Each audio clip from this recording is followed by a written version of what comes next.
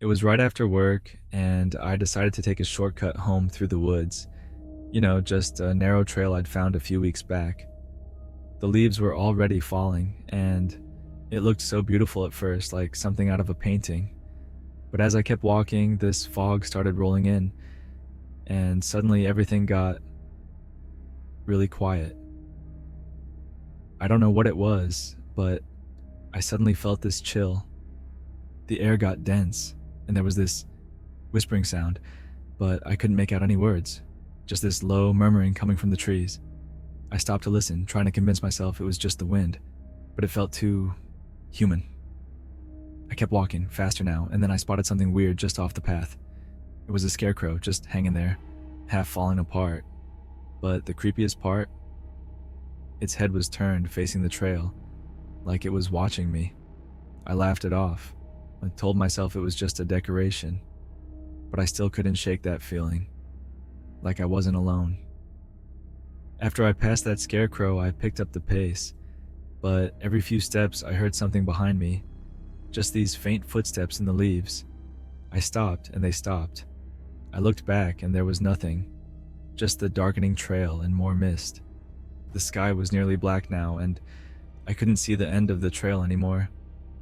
Everything felt like it was closing in, the trees, the shadows, even the fog. I tried to speed up, hoping to get out before it got too dark, but it felt like the path was getting longer, like I was moving but not getting anywhere. I was almost running now, desperate to get out, when I saw it. Just on the edge of the trail, in the fog, there was a face. It was barely there, pale and blurry, with these empty eyes. I froze, trying to figure out if it was real or just my mind playing tricks. But then, it blinked. At that point, I lost it. I just turned and ran, even though I could barely see the path anymore. The footsteps started again, but this time they were fast, right behind me. I didn't dare look back. I just kept going, hoping I'd make it out before whatever it was caught up to me. I kept running until, out of nowhere, I stumbled into a clearing. The forest just ended. I saw the road and some streetlights and felt this wave of relief. I looked back, half expecting to see something standing there, watching me from the shadows. But there was nothing, just the dark, silent trees. Once I made it to the road, I felt ridiculous, like it was all just my imagination. But I can't forget that face, pale and watching, right there in the fog. I still don't know if it was real, but every time I see fog now, I half expect it to be there, waiting. But here's the strange thing. The next day, I went back, just to reassure myself it was nothing. The scarecrow was gone. No post, no figure, nothing, as if it had never been there in the first place. And the trail felt different, like I wasn't on the same path at all. I left as fast as I could. Ever since then, I've had nightmares about that face. In my dreams, it follows me down different trails, always half hidden in fog, and I keep waking up right before it touches me. I don't think I'll ever go back to those woods. Here's where it gets creepy though. Last night, I got a call from a friend who just moved back to town. I hadn't told anyone about the woods, but she started describing a face in the fog she'd seen on a trail just like mine. She didn't even finish the story. Her phone cut out, and she hasn't picked up since. I keep thinking, what if it's following me, somehow moving from person to person? So it was late October, right around dusk, and I was driving back home on this old back road. The sun was just dipping below the trees, and everything was drenched in this dim, eerie glow. I wasn't even sure where I was going. I'd taken a wrong turn somewhere, and my GPS had no signal. But the trees were gorgeous, so I kept going. I'm driving along, trying to shake off the weird feeling creeping up my spine, and that's when I see it. Just off to the side of the road, there's this figure. I could barely make it out, a person standing dead still, facing away from the road. I slow down a little, my headlights barely catching their outline. It felt wrong. I try to speed up, wanting to leave that figure behind, but right then my car sputters and just dies. No signal, no lights, nothing. I'm stranded in the middle of this dark, empty road.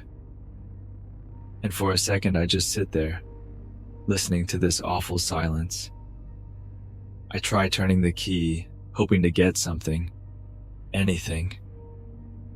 But the engine just clicks.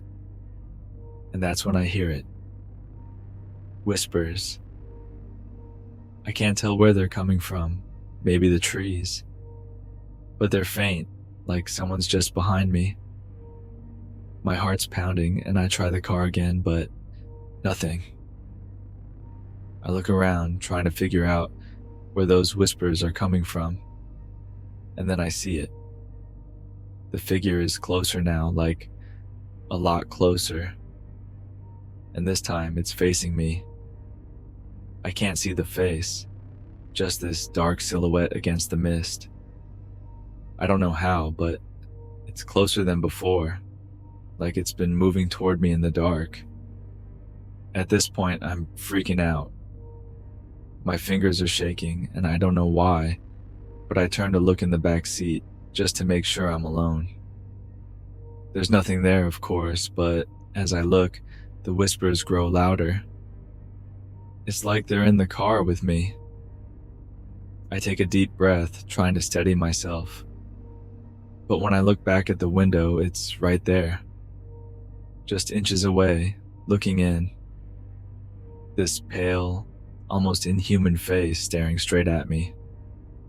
No expression, no movement, just staring. I can't breathe. I feel frozen, like if I move, it'll come inside. Somehow, in that moment, I snap out of it and turn the key again. Miraculously, the car roars to life and I don't waste a second. I slam on the gas, glancing in the rearview mirror. The figure doesn't move. It just stands there in the road watching me leave. And the whispers, they fade, but I swear, I can still hear them. I got home and tried to tell myself it was just my imagination, but I can't forget that face. Sometimes when it's quiet, I swear I still hear those whispers, just faintly, like it's still out there. It happened a couple of years ago in the suburb where I grew up.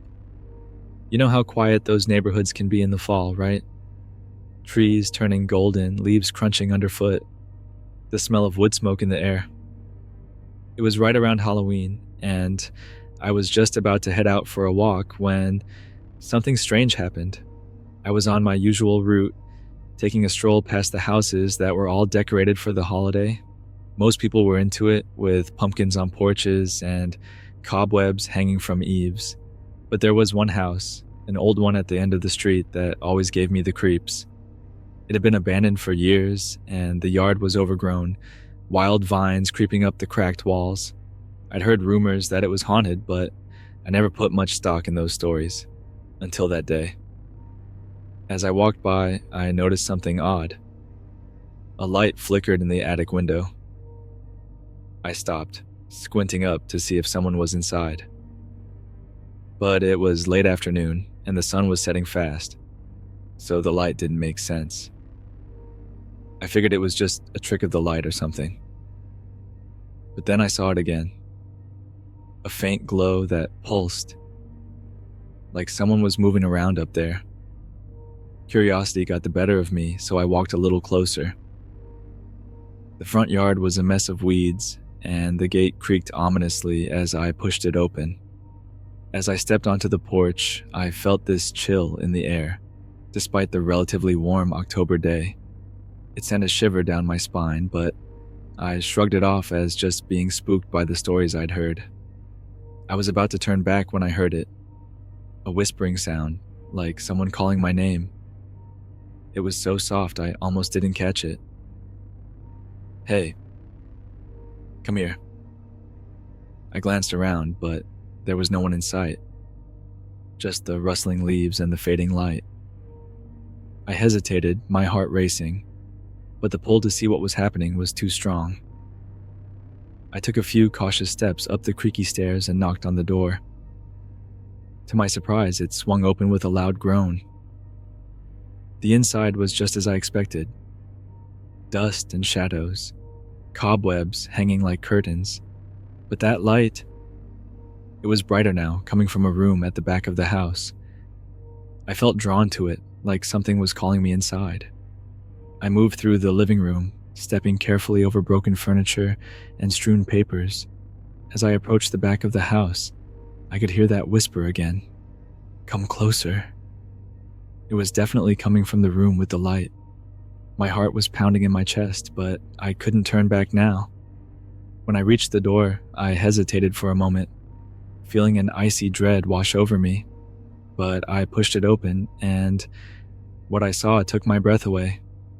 The room was filled with a warm golden light, illuminating an old table piled high with what looked like autumn leaves, candles, and a doll.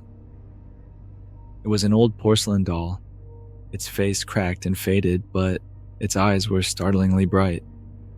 I felt an overwhelming sense of sadness wash over me as I realized it looked just like the little girl who used to live in that house before it was abandoned. I remembered seeing her playing in the yard when I was a kid. She had a bright red coat, just like the one the doll wore. Suddenly, the light flickered, and I heard the whisper again, louder this time, echoing in my ears. Help me. My breath caught in my throat, and I stepped back, my instincts screaming at me to get out. But as I turned, I saw something out of the corner of my eye. In the shadows, standing just outside the light, was a figure. It was a little girl in that same red coat, with hair cascading down her shoulders. Her face was pale, eyes wide and filled with a longing that pierced through me. She raised a hand, pointing toward the doll on the table. You have to help me, please. I felt paralyzed, fear gripping my chest. I finally managed to turn and sprint out of the room, down the hall, and out of the house. The door slammed shut behind me with a deafening bang, and I didn't stop running until I was back on the street, gasping for breath. When I looked back, the house stood silent and dark, the windows now just black holes. I never spoke about that day to anyone, thinking I'd sound crazy. But every Halloween since, I can't help but think of that little girl, the whispering, and that doll. It still gives me chills, and I wonder what happened to her, why she was still there, waiting. The old house was finally torn down last year, but I can't shake the feeling that something of her remains in the shadows of that neighborhood.